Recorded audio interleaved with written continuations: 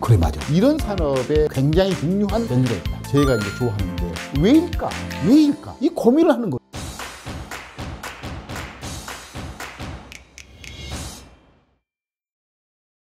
챙겨서 생각하시기에 이 중에서도 좀 강한 플랫폼이 있을 수도 있고요.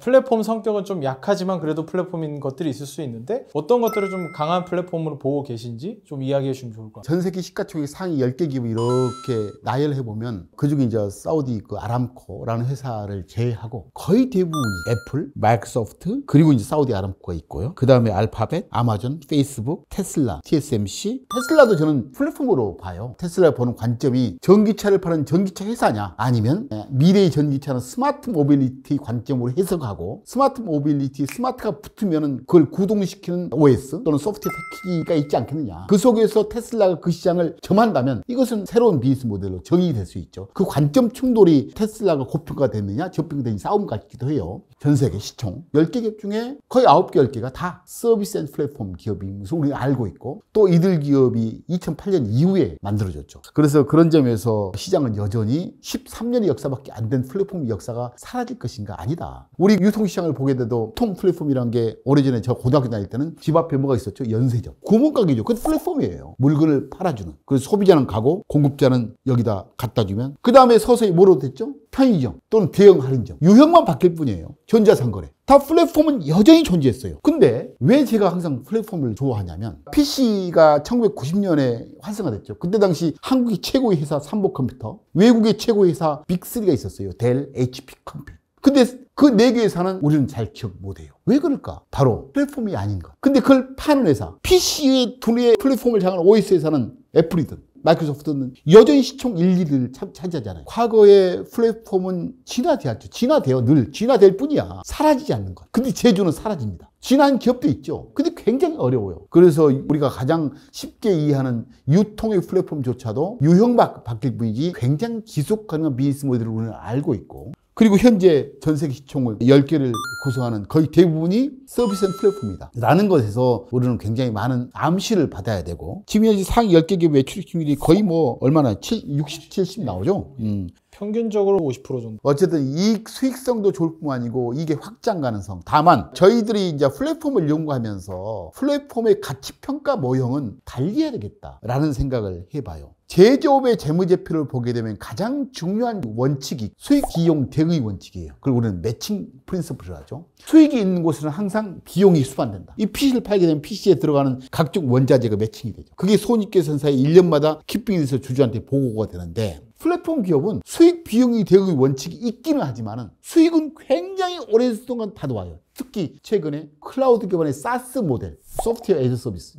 사스 기반의 구독 모델이 등장하면서부터 수익, 비용, 대의 원칙이 완전히 사라져버렸어요. 옛날에는 수익, 비용, 대의 원칙으로 기업의 가치를 설명했다면, 저희 회사에서는 특히 미래의 플랫폼 기업을 잇기 위해서는 우리는 전 LCR을 하죠. 더 중요시 생각해요. 어떤 고객을 획득하는 비용, CAC, 커스터머 애퀴지션 코스트. 카카오톡 가입할 때 우리가 카카오 입장에서 돈이 얼마 들었습니까? CAC. 어떤 측정이 되겠죠. 근데 그 카카오톡에 한 명 들어오면 그 사람이 카카오톡에 머물러 있는 순간 그 회사한테 농텀하게, LTV가 농텀 밸류죠. 오랜 시간 동안 회사에 공헌을 해요, 이익으로. 그러니까 초년도 이렇게 CIC가 이거 되는데 LTV, 농텀 밸류는 이렇게 오는 거예요. 수익, 비용, 대응 원칙이 안 되는 거죠. 옛날에 제조업은 매출 원재료, 매출 원재료, 매출 원재료. 근데 이 플랫폼 기업은 약한 플랫폼과 강한 플랫폼 좀 다를 수 있어요. 인컴 스테이트먼트를 1년 단위로 쪼개면 문제가 생겨요. 20년, 30년 단위로 회사를 해석해야만이 진정 가치가 있어요. 그래서 우리는 LTV를 CAC로 나눈, 앞에 L자와 분모의 C를 보면 LCR, 우리는 플랫폼 기업을 평가할 때 얘기를 하고, 이런 과정에서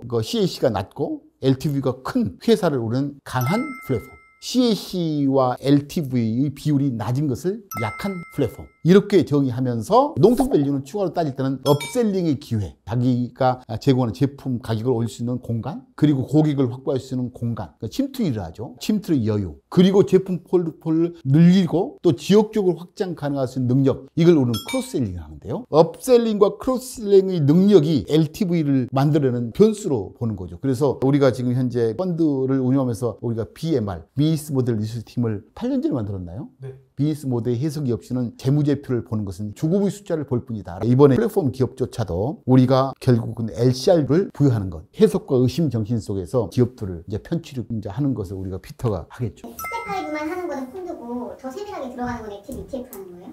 아니죠. 자, 기본은 모든 기업은 우리는 스텝 5에 따라서 산업의 존재 이유, 산업의 경쟁 강도, 예상 EPS, 미래 PR, 기대 수익과 기대 위험이란 스텝 5를 하는데 네 번째 KPR을 기본으로 다만 플랫폼 기업일 경우에는 LCR을 보충적으로 사용한다. 이런 거죠. 저희가 스텝 5를 해서 이런 기업의 기대 수익이 이만큼이다를 놓고 그냥 딱 거기까지만 기업을 보고 있는 수동적인 투자가 아니고 액티브하게 항상 기업을 살펴보는 것이기 때문에 이 플랫폼 기업이 만들어낼 수 있는 향후의 가치가 얼마나 더 확장될 수 있느냐를 저희가 기존에 스텝 5 해왔던 거에 플러스로 더해서 밸류에이션의 하나의 요소로서 활용을 하는 거죠. 그러니까 저희가 PER만 보고 투자하지도 않고 PBR만 보고 투자하지도 않고 PSR만 보고 투자하지도 않는 것처럼 복합적으로 봐야 되는데 이러한 요소를 아예 고려하지 않은 상태로 그냥 스텝 5만 해놓고 보는 것보다는 플랫폼이라는 비즈니스 모델을 우리가 정의하고 LCR이라는 비율을 한 번 더 해봄으로써 이 기업은 플랫폼이라는 가치를 하나 더 부여할 수 있다라는 개념인데 이게 또 좀 더 실전적으로 말씀드리면 더 중요한 거는 이런 기업들이 어려워졌을 때 우리가 투자할 수 있느냐를 질문을 많이 하게 되거든요. 뭐 단순하진 않지만 PER만 가지고 했을 때는 그런 액션이 좀 어렵죠. 근데 우리가 이 플랫폼의 가치에 대해서 꾸준하게 논의해왔고 그 리서치에 대한 컨센서스를 계속 만들어 왔으면 사실 그런 기업들이 가치가 회복될 거라는 걸 다 같이 공감하면서 투자를 더 비중을 늘리거나 어려운 상황에서도 지켜낼 수 있는데 그렇지 못하면 사실 지켜낼 수 없거든요. 그러면 S&P 500을 마켓 타이밍 봐가면서 투자하는 거랑 달라지지 않는 게 되는 거죠. 어떤 기업이 어렵다고 편출해버리고 어떤 기업이 좋다고 또 넣어버리고 그러니까 가치에 대해서 고민을 좀 더 깊게 다면적으로 하기 위한 하나의 수단이라고 말씀드릴 수 있을 것 같고 저희가 플랫폼이라는 액티브 ETF를 출시하면서 그 플랫폼 안에서도 저희가 이 플랫폼이 만들어낼 수 있는 미래의 확장적 가치가 어떤 차별점이 있는지를 좀 더 보려고 하는 거니까. 그러니까 커스터머 애퀴지션 코스트가 좀 더 낮고 롱텀 밸류는 좀 더 높은 기업들, 업셀링, 크로스셀링이 가능해서 좀 더 많은 가치를 만들어낼 수 있는데 그 고객을 확보하기 위한 비용이 좀 더 적은 기업에 계속 좀 더 비중을 늘려가는 그러기 위해서 이러한 도구들을 저희 계속 개발해오는 거고요. 네, 그 소수의 종목을 집어넣는 기준은 어떻게 되는 거예요? 뽑는 기준이 자 우리는 항상 폰트표 편집할 때 스텝 1, 2, 3, 4, 5에서 4, 네 번째 우리가 부여할 PR을 만들어내죠. 즉 플랫폼 기업은 LCR비죠. LCR별로 근거한 A라는 기업이 우리가 추정한 LCR 비율이 30이에요. 근데 시장에서 지금 받고 있는 PR이 40이야. 그럼 스텝 5에서 기대 수익과 기대 위험을 비교하면서 이 플랫폼 펀드든 어떤 펀드든 간에 우리 회사의 기본 원칙 5가지는 적용이 된다. 종목이 겹칠 수도 있고 그렇지 않을 그렇지 않을 수도 있고 우리 펀드에는 어떤 영향이? 저희가 유동성은 당연히 고려하면서 투자하겠지만